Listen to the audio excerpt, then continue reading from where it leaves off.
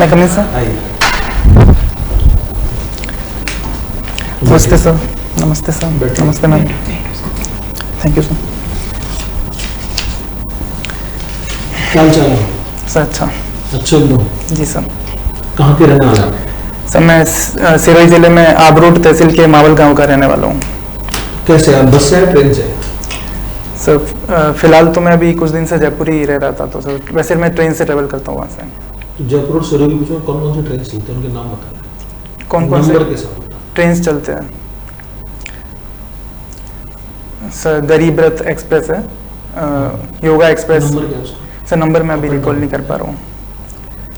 Sir गरीब रथ express है, yoga express, आश्रम एक्सप्रेस और दौलतपुर एक्सप्रेस। सर नंबर अभी मैं रिकॉल नहीं कर पा रहा हूँ। तो दिल्ली मुंबई कॉरिडोर क्या है? Yes sir. इसमें सिरोही आता है क्या? नो सर, सिरोही इंक्लूडेड नहीं है। नहीं आता उसमें। सर जितना मैं रिकॉल कर पा रहा हूँ सिरोही नहीं है इसमें। DMIC जो है Delhi Mumbai industrial Yes, sir. Corridor, वो राजस्थान से गुजर रहा है। जी सर। तो क्या उसमें सिरोही आता है बीच में? सर सिरोही से जितना मैं अभी रिकॉल कर पा रहा हूँ, सिरोही से वहाँ से नहीं गुजरता है। कौन कौन जिलों से गुजरता है राजस्थान? अच्छा सर, जयपुर, दौसा, राजसमंद, चित्तौड़ और सर भीलवाड़ा। तो गुजरात कहाँ पे जाएगा? सॉरी सर, अभी मैं रिकॉल नहीं कर पा रहा हूँ। तो गुजरात डूंगरपुर बांसवाड़ा को निकल रहा है, और आबू रोड के उधर निकल रहा है सिरोही होते हुए। सर शायद डूंगरपुर बांसवाड़ा से निकल रहा है। ठीक है। तो सिविल इंजीनियरिंग आपने की है जी सर। 2022 में। जी सर। उसके बाद फिर इंजीनियरिंग वाली फील्ड में नहीं गए? Yes sir. Sir actually college final year में मेरी कॉलोनी में एक दीदी का सिलेक्शन RS में हुआ था, तो उनसे मुझे एक इंस्पिरेशन मिली, इसलिए फिर मैंने सिविल सर्विसेज की तरफ आना प्रेफर किया। वो ठीक है, लेकिन सिविल इंजीनियरिंग भी कोई बुरी चीज़ तो नहीं है। नहीं सर, बिल्कुल। वो आपका इंटरेस्ट का फील्ड था शायद। Yes sir. उधर क्यों नहीं जाना पसंद किया? सर एक चीज़ तो ये कि जैसे सिविल सर्विसेज में वर्क डाइवर्सिटी है, दूसरी नहीं, कुछ नहीं। क्या डाइवर्सिटी है? सर अलग अलग डिपार्टमेंट्स में हम काम कर केवल सकते SDM हैं। मिलता है, बाकी में तो नहीं मिलता। आपको RPS मिला तो क्या डाइवर्सिटी है? Yes sir. अकाउंट सर्विस मिला तो बहुगिरी दिन भर बैठे रहोगे। Yes sir. तहसीलदार सर्विस मिली तो क्या डाइवर्सिटी है उसमें? सर इन जॉब्स में एक पब्लिक डीलिंग का फैक्टर है, तो सर सिविल इंजीनियरिंग में भी है, यस सर। वहाँ नहीं है सर है। तो फिर क्या डाइवर्सिटी सिविल इंजीनियरिंग में नहीं है? सर बिल्कुल है। तो सर एक ये भी है कि जैसे सिविल सर्विसेज में हम गवर्नमेंट की जो स्कीम्स है उनका इम्प्लीमेंटेशन करते हैं। इसमें भी कर सकते हो। सर जैसे इसमें PM आवास योजना का आप नहीं कर सकते। ऐसा कर सकते हैं। आप PM सड़क योजना का नहीं कर सकते। सर इसमें पर एक सिविल इंजीनियरिंग में फिर भी हमारा स्कोप थोड़ा लिमिटेड रह जाता है, पर सिविल सर्विसेज में हम थोड़ा डाइवर्स वे में काम कर सकते हैं। जैसे क्या? तो जैसे योजनाएं जो है। चलो छोड़ो, आप तो राजस्थान के 2 महान IAS अधिकारियों के नाम बताओ, उन्होंने बहुत बढ़िया काम किया। Yes sir. बता दो के नाम। सर एक जितेंद्र सोनी जी है। IAS में उनका क्या काम है ऐसा यस सर। जो उनको याद रखा है? हालांकि भी तो सर्विस में है। Yes sir. नाम बताओ उनको, कोई ऐसा काम बताओ कुछ। जितेंद्र सोनी जी के सर माउंट आबू में जितना मुझे ध्यान है उनके द्वारा अतिक्रमण से रिलेटेड कई सारे काम किए गए थे। और वो तो सभी करते हैं, कौन सा कलेक्टर नहीं करता है? Yes sir. सो उस टाइम पे वो उनके कार्य काफ़ी न्यूज़ में रहते, इसलिए मुझे सर वो ध्यान कलेक्टर थे क्या उस टाइम वो? सर SDM के तौर पे वहाँ पे कार्यरत थे। ठीक है। दूसरे सर अभी मैं एक ही रिकॉल कर पा रहा हूँ। तो फिर आपको क्या लगता है कि आप कर लोगे? Sorry sir. आपको 2 लोगों के नाम नहीं पता जिन्होंने बहुत अच्छे काम किए हों राजस्थान के, लगभग 80 साल हो लिए आजादी के बाद में, तो फिर आप उसी फील्ड में आना चाहते हो? Yes sir. लेकिन आज सिविल इंजीनियर्स बहुत सारे हैं जिन्होंने बहुत बड़े बड़े काम किए, बड़े बड़े प्रोजेक्ट्स बनाए, यस नेशनली इंटरनेशनली बनाए, यस सर। तो कहाँ ज़्यादा स्कोप मिलता है आपको? सर आई थिंक दोनों ही फील्ड का अपना अपना एक इम्पोर्टेंस है और दोनों ही फील्ड में हम काम कर सकते हैं, बट मुझे लगा शायद मेरा जो इंटरेस्ट है वो सिविल सर्विसेज की तरफ ज़्यादा रहा, इसलिए मैंने इधर आना प्रेफर किया। फिर तो आप 12th के बाद BSc करते हैं। Yes sir. बीटेक क्यों किया? तो उस समय मैंने अपने परिचितों से और परिवारजनों से भी डिस्कस किया और मुझे उस समय इंजीनियरिंग एक बेस्ट करियर ऑप्शन लगा, तो इसलिए सर इंजीनियरिंग में आना प्रेफर अब किया। नहीं लगता? सर इंजीनियरिंग बिल्कुल एक अच्छा ऑप्शन है, इसमें कहीं ना कहीं हमें एक जॉब के लिए बैकअप ऑप्शन मिल जाता है, तो उस तरीके से देखें तो बिल्कुल सिविल इंजीनियरिंग आज भी मुझे एक अच्छा ऑप्शन लगता है। ठीक है। बैडमिंटन खेलते हैं? जी सर। अच्छा, मान लीजिए बैडमिंटन के 3 कोर्ट्स हैं। Yes sir. एक कोर्ट तो ऑस्ट्रेलिया में, यस सर। एक कोर्ट है कनाडा में, जी सर। और एक कोर्ट है इंडोनेशिया में। Yes sir. तीनों में खेलना कहाँ ज्यादा आसान होगा? कंडीशन आप समझ रहे हो, मैंने 3 अलग ज्योग्राफिकल एरियाज के नाम क्यों लिए? Yes sir. तो कहाँ पर बैडमिंटन खेलना ज्यादा इजी होगा? सर एक बार ऑस्ट्रेलिया? Yes sir. इंडोनेशिया और कनाडा?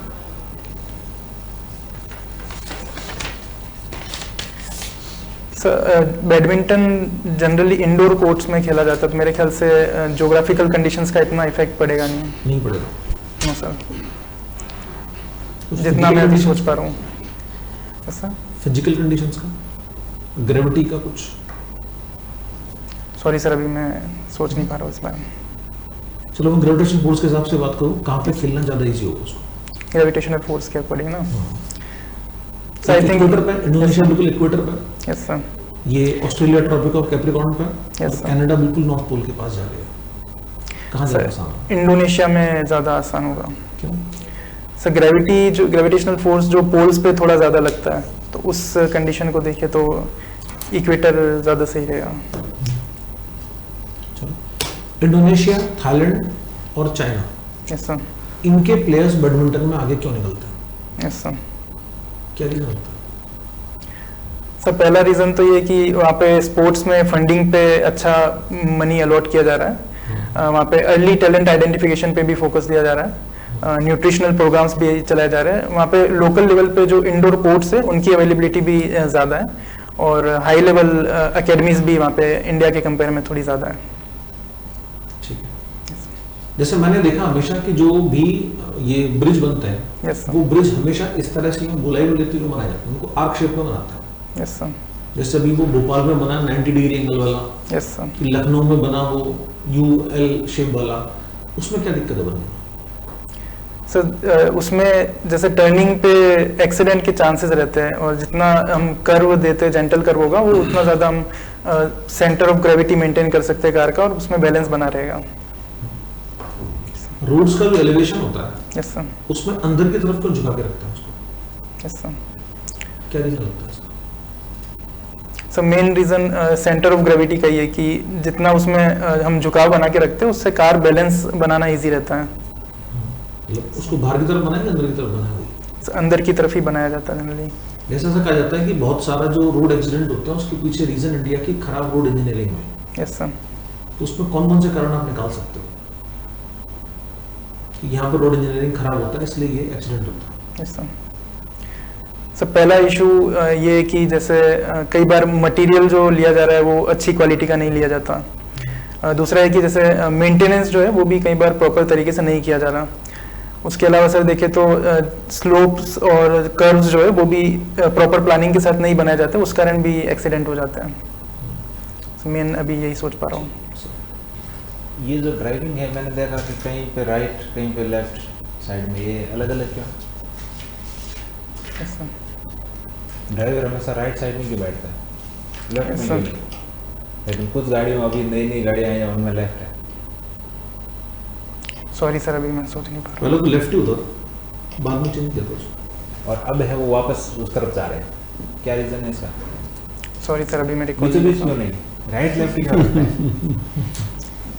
बीचों बीच क्यों सही नहीं? है ना, बीच में बैठ जाए वो ड्राइवर, दोनों साइड में खाली होते हैं उसको। खाली सही। रहे, जैसे टैक्सी होती है, टैक्सी के सबसे कम एक्सीडेंट होते हैं, यस सर। और पहिए भी 3 है उसके, यस सर। क्यों ऐसा? सॉरी सर, अभी मैं सोच नहीं पा रहा हूँ इस बारे में। अच्छा, अपने 2 व्हीलर देखा, 3 जी देखा, सर। 4 देखा, 6 देखा, 8 देखा, लेकिन 5 व्हीलर कभी नहीं देखा, क्या रीजन? देखा आपने 5 wheeler? So I think 4 wheeler से जो हमारी नीड्स है वो पूरी हो जाती है, तो इस कारण 5 व्हीलर की जरूरत नहीं पड़ी। 6 क्यों लेके आए? सर लॉन्गर व्हीकल्स बनाने के लिए। अच्छा, 5G इसकी ज़रूरत नहीं है इसलिए नहीं है, या कोई रीज़न है साइंटिफिक? साइंटिफिक रीजंस अभी मैं सोच नहीं पा रहा हूँ। अभी इंडिया के अंदर है वो, ये माना जा रहा है कि इंडिया 2030 के अंदर है वो लगभग सभी की इकोनॉमिक से चाइना के अलावा सरपास कर लेगा। Yes sir. तो क्या आप मानते हैं कि ये सुपर पावर बन जाएगा? जैसे आने वाले भविष्य में ज़रूर इंडिया अगर अलग अलग सेक्टर्स में अच्छे से काम करे तो ज़रूर सुपर पावर बन सकता है। किस सेंस में? सुपर पावर के लिए कौन सी पावर चाहिए? Sir I think super power बनने के लिए पहला तो इकोनॉमिक स्तर पे देखें तो भारत एक अच्छी बड़ी अर्थव्यवस्था बने। दूसरा है कि लोगों की पर कैपिटा इनकम जो है वो भी ज़्यादा हो। तीसरा ये भी है कि सर एजुकेशन और हेल्थ स्टैंडर्ड्स में थोड़ी बढ़त बढ़े हो। उसके अलावा सर रूरल डेवलपमेंट पे भी फोकस दिया जाए साथ ही, और जो रिमोट एरियाज है वहाँ पे भी लोगों के। सुपर पावर में आप सॉवरेनिटी को कितना मानते हैं? Yes sir. क्या वेटेज? जैसे सुपर पावर में बिल्कुल सोवरेनिटी का एक बहुत बड़ा वेटेज होता है। अगर कोई कंट्री अपने डिसीजंस खुद ले सकता है साथ ही साथ, और दूसरे सेक्टर्स में भी अगर अपने इंटरेस्ट को सपोर्ट कर सकता है तो बिल्कुल वो एक सुपर पावर बन सकता है। लगातार है ट्रम्प के बयान आ रहे हैं कि मैंने सीज फायर है वो किया, यस सर। युद्ध विराम है वो मैंने लगवाया, जी सर। और भारत सरकार ने कोई कंक्रीट जवाब है अभी तक नहीं दिया। Yes sir. क्या ये जो भारत का डिसीजन था सॉवरेन था? सर इसमें इंडिया के फॉरेन मिनिस्टर द्वारा ये कहा गया है कि इंडिया ने जो डिसीजन लिया है सीज फायर वाला, उसके लिए पाकिस्तान की एम्बेसी की तरफ से इंडिया को कॉल आया है, और जो डोनाल्ड ट्रंप द्वारा जो क्लेम किए जा रहे हैं उसको इंडिया ने रिजेक्ट भी किया है। तो एक्शन क्यों नहीं लिया गया अभी तक? ट्रम्प तो है वो बार बार एक्शन ले रहा है, यस सर। टैरिफ वॉर है, टैरिफ इंक्रीज कर रहा है, सैंक्शन है वो लगाए जा रहे हैं लगातार, जो भारत के मित्र राष्ट्र है उनके ऊपर सैंक्शन लगाए जा रहे हैं। Yes, sir. तो भारत क्यों नहीं कर रहा? सर इंडिया क्या भारत ने भी ऐसा कोई एक्शन लिया है जिसमें ट्रम्प के बयान को लेकर विरोध किया हो भारत ने? सर रिसेंटली डोनाल्ड ट्रंप द्वारा 10% एक्स्ट्रा टैरिफ लगाने की बात कही गई थी ब्रिक्स नेशंस पे, और तो ट्रम्प कर रहा है, अपन कुछ Yes. कर रहे हैं नहीं कर रहे हैं?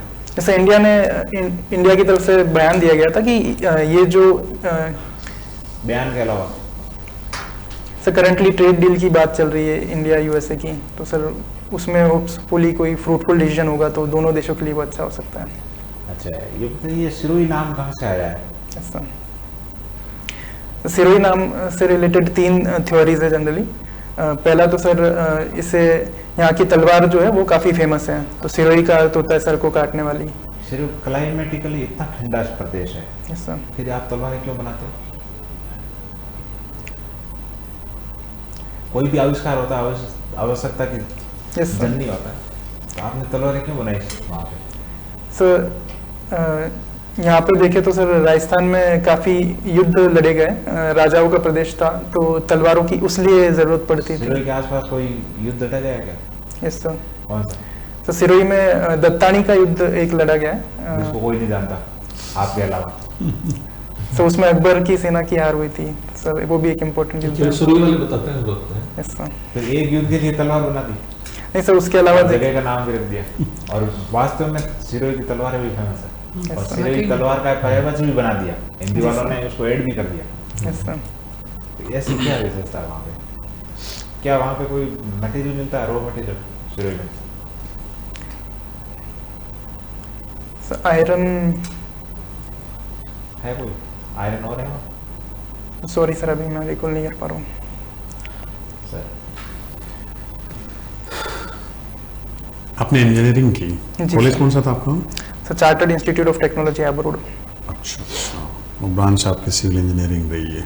Yes sir. ठीक है, कल को आप एज ए एसडीएम डेप्यूट होते हो, यस सर। तो सिविल इंजीनियरिंग का कोई एक ऐसा इम्प्लीमेंटेशन जो एज ए ज्वाइन करते हैं आरएस के रूप में आप उसका यूटिलाइज करना चाहोगे? कोई भी एक ऐसा इम्पैक्ट जिसको आप ब्यूरोक्रेसी में अप्लाई करना चाहोगे? Yes sir. सर जैसे न्यू बिल्डिंग्स जो भी कंस्ट्रक्शन हो रहे हैं अगर गवर्नमेंट के प्रोजेक्ट्स है उसमें मैं नई टेक्नोलॉजी का यूज़ करना चाहूँगा सर, जैसे बिल्डिंग इंफॉर्मेशन मैनेजमेंट और 3D प्रिंटिंग। अच्छा, ठीक है।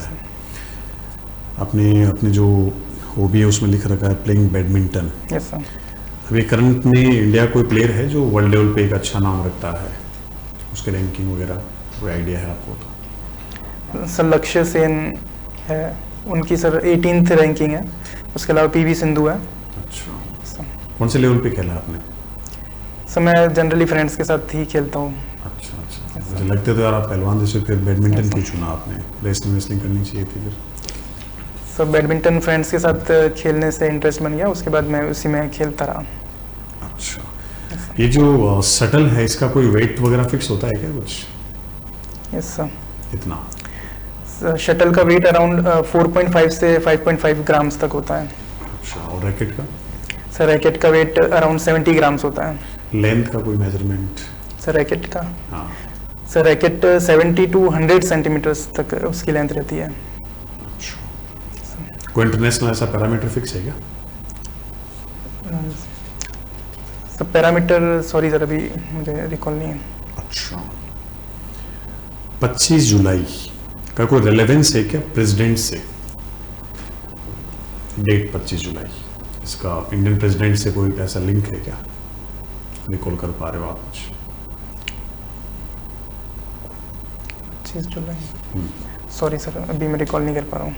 अच्छा, नीलम संजीवा रेड्डी कब प्रेसिडेंट बने थे भारत के? 1969 या 1989? सर 1969। 1969 बने यस थे। सर। अच्छा, ठीक है। आज डेट क्या है? सर 27 जुलाई। 27 जुलाई है। 26 ऑफ जुलाई सॉरी सर। अच्छा, तो इसका कोई इंडियन आर्मी से रेलेवेंट कोई कनेक्शन? sir. 26 जुलाई का क्या है? सर आज कारगिल विजय दिवस मनाया जा रहा है। कारगिल जो युद्ध है उसमें विजय हुई थी भारत की, उसको 26 साल हो चुके हैं आज। अच्छा, ठीक है। डॉक्टर अंबेडकर का कंट्रीब्यूशन में क्या रोल कॉन्स्टिट्यूशन की फॉर्मेशन में क्या कंट्रीब्यूशन मानते हो आप? Yes sir. लोग बहुत बार कह भी देते हैं कि डॉक्टर अंबेडकर ने कॉन्स्टिट्यूशन का निर्माण थोड़ी किया था, फिर एक व्यक्ति का नाम इतना ज़्यादा क्यों लिया जाता है? ये तो बाकी के साथ तो गलत हुआ है फिर तो। फिर अपन पढ़ते हैं कि 389 मेंबर्स थे कॉन्स्टिट्यूएंट असेंबली में, जी सर। डॉक्टर अंबेडकर ही क्यों? सर जो कॉन्स्टिट्यूएंट असेंबली थी उसमें ड्राफ्टिंग कमेटी बनाई गई थी कॉन्स्टिट्यूशन फॉर्मेशन के लिए। उसके चेयरमैन डॉक्टर भीमराव अंबेडकर जी को बनाया गया था, तो इसलिए सर उन्हें एक ज़्यादा क्रेडिट मिलता है इस चीज़ का। अच्छा, और कोई स्पेसिफिक उनका कंट्रीब्यूशन आज करंट सिनेरियो में अपन देखें तो, जिसने इंडियन डेमोक्रेसी को काफ़ी कुछ प्रभावित किया हो, ऐसा और कोई कंट्रीब्यूशन आपको लगता है? सभी यूनिवर्सल एडल्ट फ्रेंचाइजी के काफ़ी सपोर्टर थे, और उसके अलावा सर रिजर्वेशन में भी उनका योगदान रहा है। क्या योगदान रहा है रिजर्वेशन में? सब उनके एफर्ट्स के कारण जैसे शेड्यूल्ड कास्ट्स और ट्राइब्स को कॉन्स्टिट्यूशन में रिजर्वेशन के प्रोविजंस ऐड किए गए। शेड्यूल कास्ट को तो मिला, ट्राइब को नहीं मिला। ट्राइब के लिए तो मूवमेंट ठक्कर बापा ने चलाया, फिर तो मिला। रिजर्वेशन जरूरी मानते हो क्या आप आज? रिजर्वेशन होना चाहिए नहीं होना चाहिए? सर जैसे अभी के सिनेरियो में देखें तो आज भी कई सारे ऐसे सेक्शंस हैं जो अभी भी सोशली इकोनॉमिकली काफ़ी बैकवर्ड हैं, तो अभी भी काफ़ी सर ज़रूरत है रिजर्वेशन की। कॉन्स्टिट्यूशन तो लेकिन ये कहता है कि नहीं सब व्यक्ति समान होने चाहिए, तो फिर ये स्पेसिफिक क्यों? ऐसा कहता है कॉन्स्टिट्यूशन? Yes sir. सब बराबर होने चाहिए। सर कॉन्स्टिट्यूशन में सर रीजनेबल उसमें रेस्ट्रिक्शंस की भी बात की गई है, और रिफॉर्म्स भी कॉन्स्टिट्यूशन प्रमोट करता है, तो उसके अकॉर्डिंग सर अलग अलग सेक्शंस को रिजर्वेशन दिया जा सकता है। अपन पढ़ते हैं कि India is a secular country. Yes sir. क्या आज हमें सेक्युलरिज्म से किसी पर्टिकुलर रिलीजन की तरफ ज़्यादा जा रहे हैं क्या? ऐसा मानते हो आप, या नहीं जो बात कही गई है वो सही है, वही सेक्युलर कंट्री है? आई थिंक इंडिया अभी भी सेक्युलर कंट्री है। सभी धर्म को अपने प्रैक्टिसेस जो है उन्हें प्रैक्टिस करने का पूरा राइट है, और सभी की फ्रीडम जो है वो भी प्रिजर्व्ड है इंडिया में, और सुप्रीम कोर्ट ने इसे बेसिक स्ट्रक्चर डॉक्ट्राइन में भी इंक्लूड कर रखा है, तो इसलिए सर अभी भी हम सेक्युलर ही है। अच्छा, धर्मनिरपेक्ष और पंथ निरपेक्षता में कोई फर्क है क्या?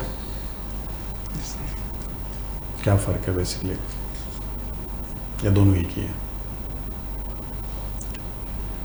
सर धर्म को कर्तव्य से भी जोड़ा गया है इंडियन कल्चर में, और पंथ जो है वो स्पेसिफिकली रिलीजियंस के कुछ सेक्शंस को डिस्क्राइब करता है। धर्मनिरपेक्ष राष्ट्र है, पंथ निरपेक्ष राष्ट्र है?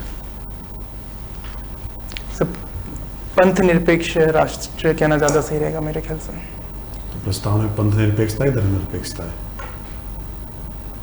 जो प्रियम्बल है इंडियन Yes, कॉन्स्टिट्यूशन sir. की, उसमें धर्मनिरपेक्षता शब्दावली, पंथ निरपेक्षता शब्दावली है। सॉरी सर, मैंने इंग्लिश वर्जन में सेक्युलरिज्म पढ़ा है तो सर अभी रिकॉल नहीं कर पा रहा। जैस आरक्षण Yes, और भेदभाव मूलक संरक्षण में क्या अंतर होता है? सॉरी मैम, एक बार। एक तो शब्द है आरक्षण Yes, ma'am. और एक है भेदभाव मूलक संरक्षण। Yes ma'am. इन दोनों में क्या अंतर है, दोनों शब्दों में? Yes ma'am. मैम आरक्षण तो स्पेसिफिक सेक्शन को उनकी राइट्स के लिए दिया जाता है, उन्हें सोशली एजुकेशनली आगे लाने के लिए दिया जाता है। और भेदभाव के खिलाफ संरक्षण जो अनटचेबिलिटी की प्रैक्टिस थी उससे बचाने के लिए किया जाता है। जैसे संविधान में भी आर्टिकल 17 के माध्यम से अनटचेबिलिटी को बैन करा गया है। कॉन्स्टिट्यूशन में आरक्षण शब्द है या नहीं? आरक्षण वर्ड यूज किया गया है, भेदभाव और संरक्षण शब्द यूज किया गया है? So, आरक्षण वर्ड मैम यूज नहीं किया गया है शायद। अच्छा, ऐसे कहते हैं कि कोई भी कानून भूतलक्षी प्रभाव से लागू नहीं हो सकता। मतलब जो आज आपने अगर कोई गलती करी, अगर वो कानूनन अपराध नहीं है और कल वो अपराध की श्रेणी में आता है तो आज Yes, आपको ma'am. सजा नहीं मिलेगी। Yes, ma'am. तो फिर आए दिन ये इस्लाम धर्म की इमारतें हैं वो विवादों में क्यों चली जाती हैं? उनको लेके कैसे हम कानून तोड़ने की बात करते हैं कि भाई साहब इनको तोड़ दिया जाए क्योंकि इनसे पहले यहाँ पे मंदिर था, और एक तरफ हम कहते हैं कोई भी कानून भूतलक्षी प्रभाव से लागू नहीं होता। तो ये तो बातें दोनों क्रॉस कर रही हैं आपस में। मैम ये जो डिमांड्स आती है ये जनरली कुछ सेक्शन ऑफ पीपल के द्वारा आती है, और जैसे सेक्शन ऑफ पीपल के द्वारा कैसे आते हैं? राम मंदिर बना, बाबरी मस्जिद, तो राम मंदिर की डिमांड तो पूरे भारत के Yes, ma'am. हिंदुओं के द्वारा उठाई गई। भारत के क्या, भारत के बाहर जो हिंदू रहते हैं प्रवासी, उनके द्वारा भी उठाई Yes, ma'am. गई। मैम राम मंदिर का मुद्दा जो एक एक्सेप्शन केस था उसमें सर मैम पार्लियामेंट ने रिलीजियस प्लेसेस वर्शिप एक्ट भी पास कर रखा है। तो उस एक्ट में राम मंदिर को छोड़ के बाकी सभी जो रिलीजियस प्लेसेस हैं उनमें यथास्थिति बनाए रखने का आह्वान किया गया है। जो गुरुद्वारा श्री हरमंदिर साहब है, जिसको हम गोल्डन टेम्पल, Yes, स्वर्ण ma'am. मंदिर बोलते हैं, वो जमीन सिखों के चौथे गुरु रामदास जी को मुगल बादशाह अकबर के द्वारा दी गई थी। तो फिर तो कल को ये भी मुद्दा उठ जाएगा कि ये जमीन हमारी है। ये तो बड़ा Yes, मुद्दा हो ma'am. गया ना। जी मैम। तो फिर मैम पर मैम जैसे अगर वो ज़मीन दी गई है तो उनकी तरफ से वो ज़मीन अपनी मर्जी से दी गई थी, तो उस केस में मैम अच्छा, मतलब दान में जमीन दे दी गई, उसमें कुछ भी बना लो, कोई दिक्कत नहीं है ना? मैम उस समय ज़रूर कंसेंसस रहा होगा दोनों पार्टीज में, तभी वो ज़मीन दी गई है। सिख और इस्लाम पार्टी है या धर्म है? धर्म है मैम। आप तो मेरे दोनों पार्टीज में। अच्छा, ये OTT एप्स क्या होते हैं? Ma'am over the top platforms में आते हैं ये, और इनके द्वारा बिना सैटेलाइट केबल के इंटरनेट के माध्यम से मीडिया कंटेंट प्रोवाइड किया जाता है। अच्छा, तो ये आज 25 OTT ऐप पर प्रतिबंध लगाया गया है। Yes ma'am. इनमें क्या कारण थे? कुछ एक दो OTT ऐप का नाम बताओ। जैसे मैम जैसे उल्लू और अल्ट बालाजी जैसे ऐप है, उनके द्वारा अश्लील कंटेंट फैलाया जा रहा था, इसलिए इस पे बैन लगाया गया है। लेकिन भारत में और दुनिया के अन्य देशों में पोर्न फिल्में तो लव हैं, Yes, तो फिर ma'am. इनको क्यों आप बैन कर रहे हो? या तो उस इंडस्ट्री को, पोर्न इंडस्ट्री को ही बंद कर देना Yes, चाहिए। ma'am. तो ऐप को बंद करने से कौन सी ये सब चीजें ठीक हो जाएंगी, सुधर जाएंगी?